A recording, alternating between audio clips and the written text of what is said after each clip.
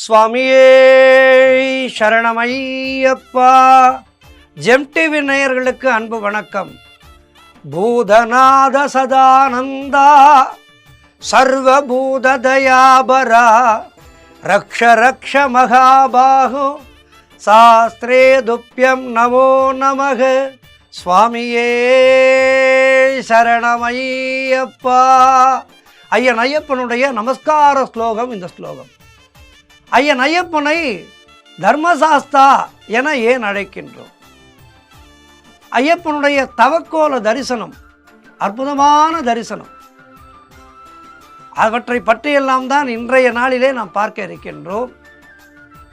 கார்த்திகை மாதத்திலே நம்முடைய உடல் மற்றும் உள்ளத்தின் இயக்கங்கள் ஒரே சீராக இருக்கும். எனவேதான் இம்மாதத்திலே முதல் நாள் அன்று தர்மசாஸ்தாவாக விளங்கக்கூடிய ஐயன் ஐயப்பனுக்கு மாலை அணிந்து ஐயப்பனுக்கு விரதம் மேற்கொள்கின்றோம். அப்படி என்றால் ஐயன் ஐயப்பனுடைய தவக்கோல தரிசனம் என்னவென்று நாம் எல்லோரும் தெரிந்து கொள்ள வேண்டும் அல்லவா? அதை பற்றி தெரிந்து கொள்வோம். இந்த தவக்கோல தரிசனம் என்பது சபரிமலையிலே அருள் புரிகின்ற ஐயன் ஐயப்பன் கார்த்திகை மாதம் மாலை அணிந்து மார்கழியிலே, அதாவது 48 நாட்கள் விரதம் இருந்து ஐயப்ப சன்னதிக்கு நாம் எல்லோரும் செல்கின்றோம். ஐயப்பன் நமக்காக சபரிமலையிலே தவம் இருக்கின்றார். தனது 3 விரல்களை நீட்டி ஆள்காட்டி விரலால் பெருவிரலை தொட்டுக்கொண்டு சின்முத்திரை காட்டுகின்றார். சித் என்றால் அறிவு என பொருள். இந்த வார்த்தையே காலப்போக்கில் மருவி சின் என்று மாறியிருக்கின்றது. எது உண்மையான அறிவு என்பதை விளக்குவதுதான் சின்முத்திரையாகும். சின்முத்திரையுடன் தியான கோலத்திலே உள்ள ஐயன் ஐயப்பனை கண்குளிர தரிசிப்பதால் பிறவி பயனை அடைந்த சந்தோஷம் நமக்கு கிடைக்கும். ஒவ்வொரு மாதமும் நடை மூடப்படுகின்ற போது ஹரிவராசனம் பாடி கிலோ கணக்கிலே பசுமையான விபூதியை ஐயன் ஐயப்பன் மேல் சாற்றுவார்கள். இந்த விபூதி தவக்கோல விபூதி என்று அழைக்கப்படுகின்றது. நோயால் பாதிக்கப்பட்டவர்கள் இந்த விபூதி பிரசாதத்தை நெற்றியிலே தரித்து கொண்டு சிறிது உட்கொள்ளலாம், தவறே கிடையாது. அப்படி உட்கொண்டால் நம்முடைய நோய்கள் குணமடையும் என்பது நம்பிக்கை. அத்தோடு ஐயன் ஐயப்பனுடைய சின்முத்திரையின் மேல் ஒரு ருத்ராட்ச மாலையை போடுவார்கள். இதற்கு தவக்கோலம் என்று பெயர். அப்போது ஒரு விளக்கையும் ஏற்றி வைப்பார்கள். அந்த விளக்கானது மீண்டும் அடுத்த மாதம் நடை திறக்கப்படும் வரை எரிந்து கொண்டே இருக்கும். இந்த அதிசயம் தவறாமல் சபரிமலையிலே அரங்கேறிக்கொண்டே இருக்கின்றது மாதா மாதம். ஐயன் ஐயப்பன் கலியுகத்தின் கண்கண்ட தெய்வம்.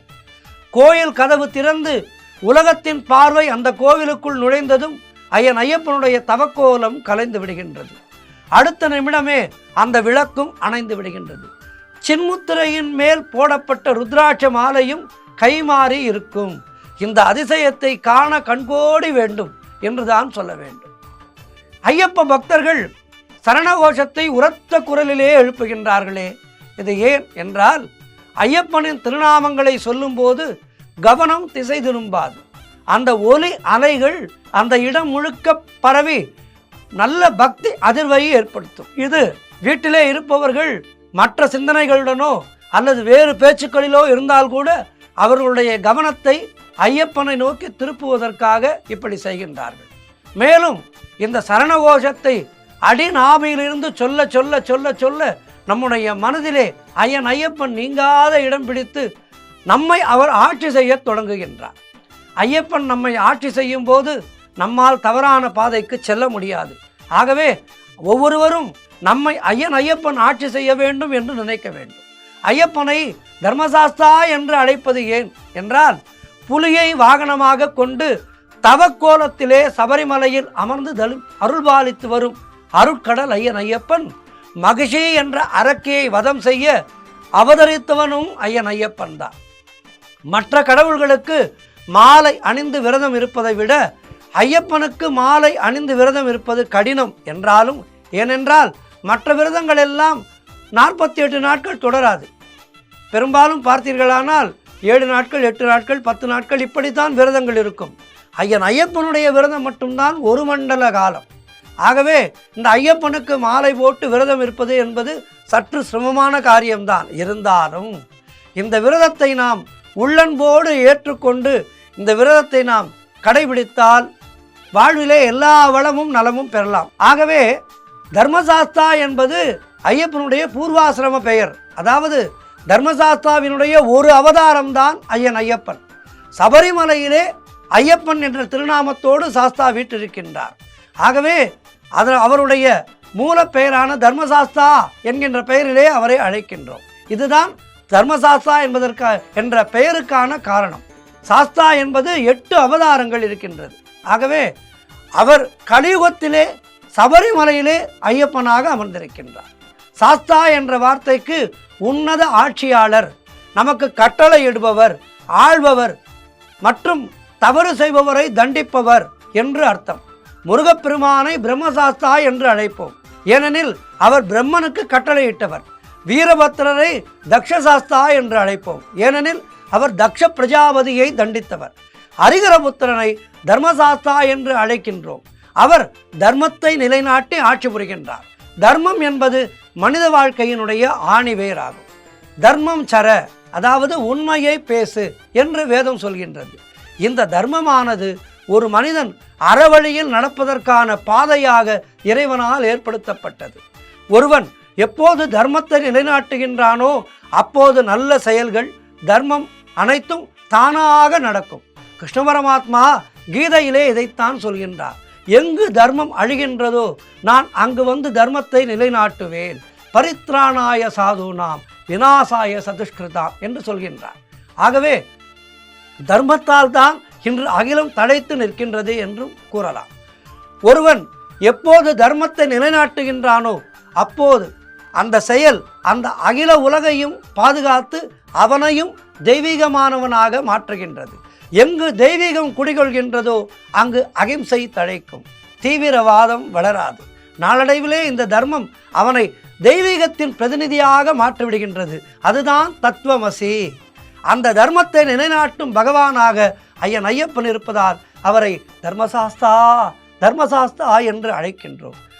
சாஸ்தா யோக நிலையிலே அமர்ந்திருக்கின்ற சாஸ்தா யோக நிலையிலே அமர்ந்திருக்கின்ற குரு. குருவுக்கு தன்னால் இயன்ற உதவிகளை செய்து குருவினுடைய புத்திரனை, வாய் பேச முடியாத கண் தெரியாத புத்திரனை அவனுக்கு அனுகிரகம் செய்தவர் சாஸ்தா. அதனால்தான் ஐயப்ப வழிபாட்டிலே குரு என்பவருக்கு மிக மிக முக்கியமான இடம் கொடுக்கப்பட்டிருக்கின்றது. இவர் சாஸ்திரங்களை எடுத்து உபதேசிப்பவர் மற்றும் அதன்படி வாழ்பவர். இதை உணர்த்தவே சபரிமலை ஐயப்பன் சன்னதியிலே 18 படி ஏறியவுடன் மோட்சத்தை தரும் தத்துவமசி என்கின்ற மகா வாக்கியம் பொருத்தப்பட்டிருக்கின்றது. அந்த 18 படிகளும் 18 தர்ம தத்துவ நூல்களையே குறிக்கின்றன. ஐயப்ப பக்தர்கள் தினமும் வழிபாடு செய்யும் போது சொல்ல வேண்டிய முக்கியமான ஐயப்ப ஸ்லோகம் என்ன தெரியுமா?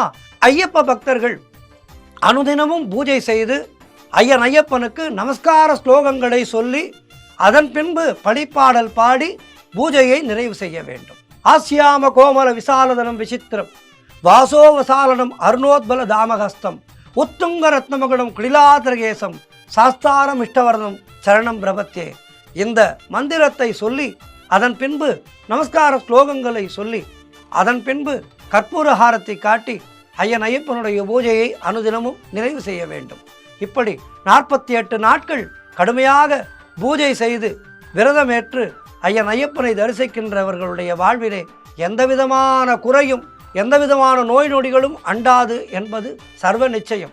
தர்மசாஸ்தா என்பவர் நம்மை உள்ளும் புறமும் இருந்து காத்து கொண்டிருக்கின்ற அற்புதமான தெய்வம்.